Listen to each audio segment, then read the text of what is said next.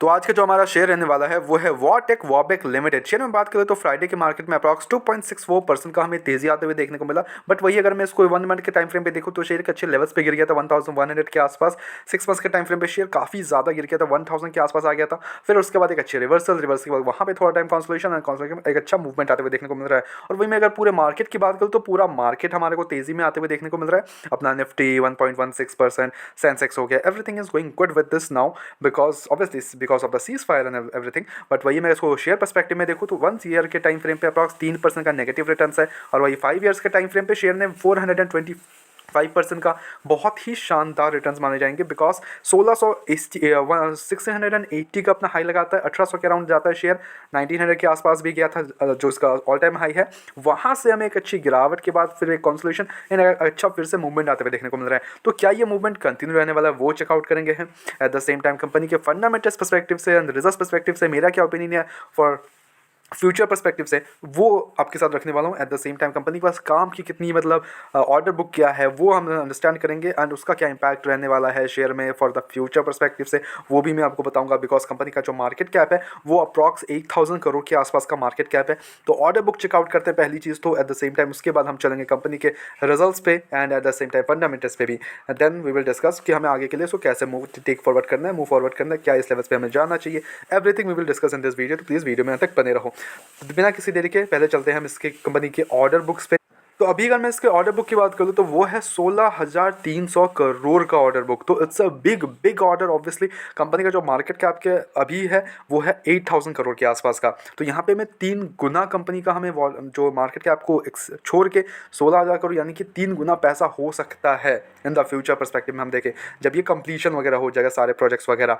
अब जो total order book है वो 16,300। Balance portfolio future strong mix and engineering procurement and construction EPC projects with increasing focus on industrial sustainable projects with like compressed biogas, CBG and zero liquid discharge and recent been जो है large projects up to 697 crore for a 19 MLD capacity waste water treatment plant in Georgia। तो company like India के बाहर भी अपना काम को फैला रही है। इससे ऑर्डर बुक काफ़ी स्ट्रॉन्ग होते हुए देखने को मिलेगा हमें शेयर में, इसमें कोई डाउट नहीं है। नाउ द कंपनीज फंडामेंटल्स की बात कर ले हम, कंपनी के फंडामेंटल्स कैसे हैं वो थोड़ा अंडरस्टैंड करते हैं यहाँ पे। तो देखो कंपनी एक्चुअली का मार्केट क्या है देखोगे तो 8000 करोड़ के आसपास का, ऑर्डर बुक 16,000 करोड़ यानी कि टोटल अगर आप प्लस कर रहे हो तो 24,000 करोड़ का मार्केट कैप हमें कहीं नहीं जा रहा फॉर द फ्यूचर पर्सपेक्टिव से बोल रहा हूँ। अब ये टाइम कंप्लीशन कितना टाइम लगता है वो थोड़ा अंडरस्टैंड करने लायक होगा बिकॉज वो जैसे कंप्लीट होते जाएगा ऑब्वियसली इनके मार्केट में बढ़ोतरी होगी तो इनके पीस वगैरह में बढ़ोतरी होगी, कंप्लीशन में ओके होगा एंड देन हमारे को प्राइस बेस के 3 गुना होते हुए देखने को मिलेंगे। Obviously you just have to have the patience here.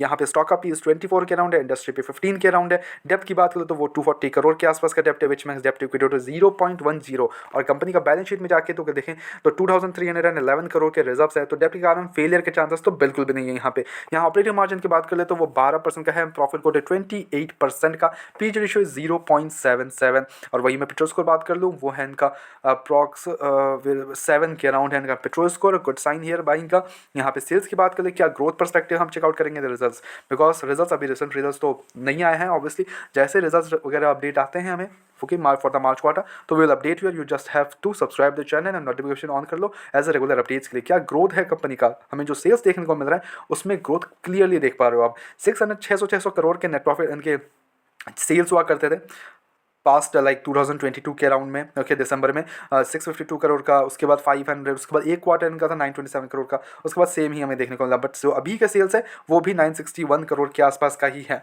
अब ऑपरेटिंग मार्जिन है वो 13% में इंटैक्ट है, उसी के आसपास का ही 13 से 14 11 12 11 यही इनके ऑपरेटिंग मार्जिन होते हैं। जो नेट प्रॉफिट है कंपनी का वो 91 करोड़ के आसपास का है नेट प्रॉफिट अभी के लिए। कंपनी इज प्रॉफिटेबल, बस एक क्वार्टर इनका लॉस में किया था ओके।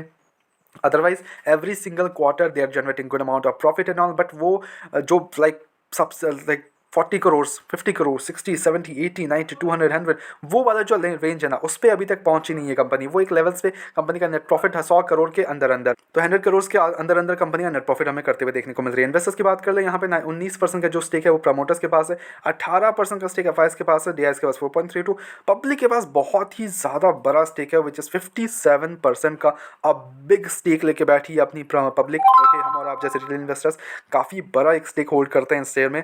प्रमोटर्स की होल्डिंग 19% पे इंटैक्ट है। एफआईज आर स्टिल होल्डिंग 18%, तो एफआईज का भी अच्छा योगदान देखने को मिलता है, कन्विक्शन वैसे देखने को मिलता है, ये बहुत बढ़िया चीज़ है। एट द सेम टाइम अब इस लेवल्स पे करना क्या चाहिए, तो देखो that's totally up to you, आप कैसे इसको ट्रीट करते हो। ओके ऐसे काइंड ऑफ लाइक इस सेक्टर से जो वेस्ट वाटर पे फोकस्ड शेयर्स वगैरह हैं, सेक्टर है, तो इस पर आप कैसे ट्रीट करते हो, that's totally up to you. But sectorial basis पे I am saying this, yes it can be future gem of India. Okay but उनमें से कुछ शेयर्स रहेंगे, कुछ शेयर्स नहीं रहेंगे, इन द फ्यूचर की बात कर रहा हूँ मैं। एट द सेम टाइम अगर हम इस शेयर्स की बात करें, काम की बिल्कुल भी कमी नहीं है। ओके नेट प्रॉफिट का बढ़िया जनरेट कर रही है, डेप्ट का कोई इशू है नहीं, एंड अच्छे आपको लेवल्स पे मिल रहे हैं शेयर, तो खरीदने में क्या इशूज़ है।